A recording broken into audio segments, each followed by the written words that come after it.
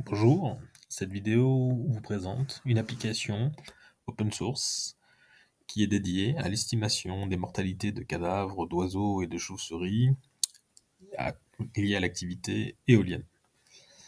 L'Institut nord-américain USGS, donc vous voyez la page ici présente, met à disposition en libre accès cette application nommée GNEST pour Generalized Estimator of Mortality, qui a été développé par leurs experts biostatisticiens, et notamment la personne de Manuel Ayuso et Daniel Dalthorpe. Ici, vous avez donc un descriptif et la citation. Quand vous cliquez sur ce lien, vous pourrez ensuite accéder directement à le guide et les éléments scientifiques, notamment les modèles statistiques présentés ici, et les éléments liés donc aux différentes versions. En cliquant ici, vous pouvez télécharger le document, tout simplement, qui vous présente l'ensemble des informations nécessaires à son utilisation. Et donc, c'est une application qui fonctionne sous R, la version 3.4 ou supérieure. Et donc, il faut l'installer comme un package qui est disponible sur un crâne, typiquement. Et il faut l'associer à plusieurs packages qui se téléchargeront automatiquement si vous êtes bien connecté. Moi, ça a déjà été fait, donc je peux vous présenter dès maintenant comment lancer l'application avec ces deux éléments. Donc, d'abord, faire appel à la librairie. Donc, première étape, la librairie. Et deuxième étape, lancer l'application.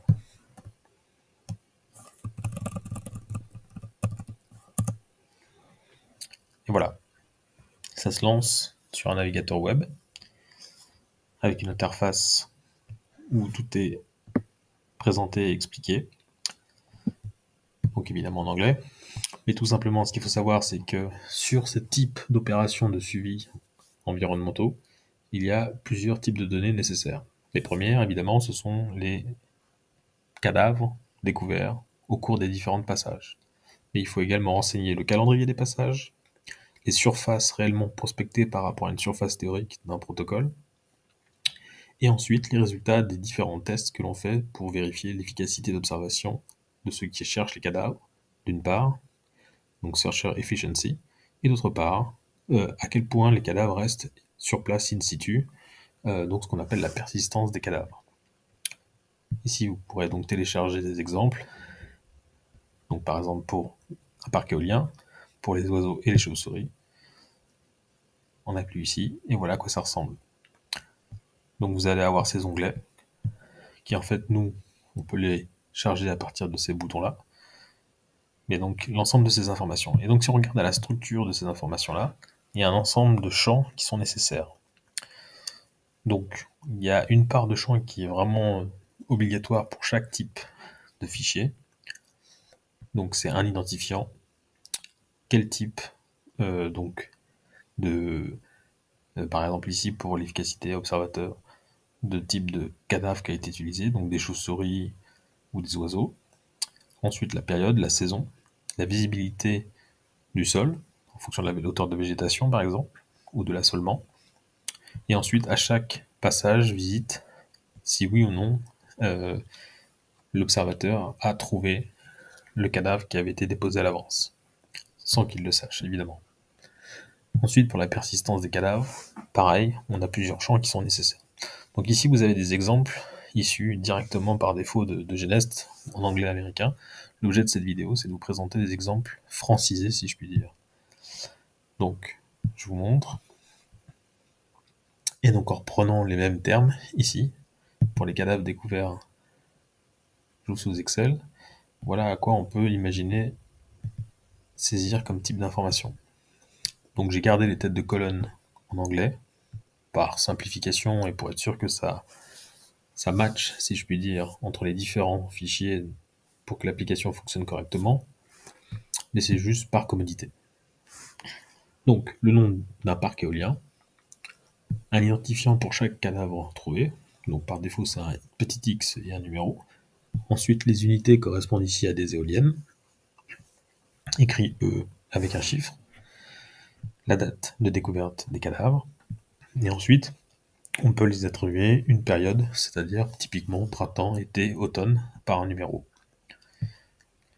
L'état de visibilité de la couverture du sol en fonction de la végétation.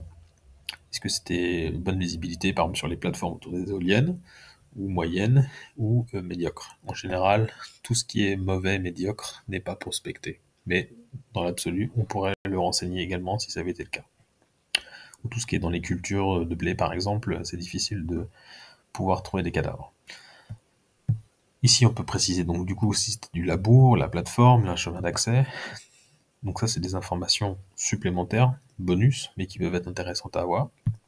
Et ensuite, les aspects donc liés à c'était appartenait à quel groupe, pareil, ce n'est pas nécessaire, mais c'est utile pour pouvoir faire la distinction entre les différents types de cadavres.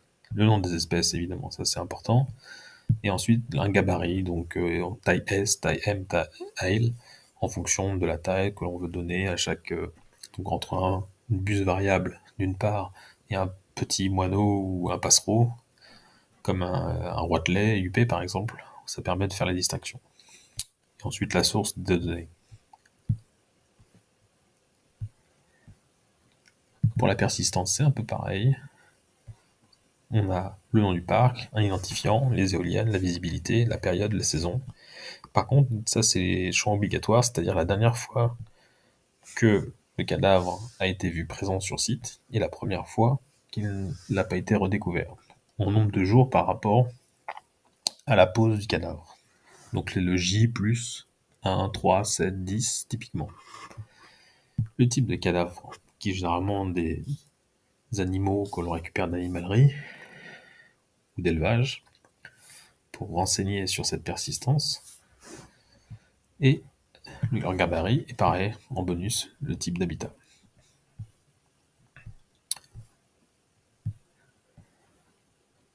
Pour ce qui est de la correction surfacique, Genèse fait appel à une spécificité, donc qui est liée à en fait la répartition des cadavres selon une probabilité d'éloignement autour du mât, ce qu'ils appellent la density weighted proportion. C'est un peu compliqué et par défaut on la simplifie abusivement entre guillemets par la correction surfacique, qui est donc simplement en gros si 100% devait être prospecté, je n'ai prospecté que 58% en deux dimensions des surfaces, ça fait 0,58. Assez basiquement. Et on peut le renseigner pour chacune des deux périodes. Qui permet donc d'ajuster et d'affiner pour chacune des éoliennes à chaque période prospectée. Plutôt que de faire une moyenne globale et généralisée. Ce qui est un peu la tendance. Ensuite, pour l'efficacité des observateurs, eh bien un peu pareil que pour la persistance, identifiant, unité, période, visibilité, type de plateforme.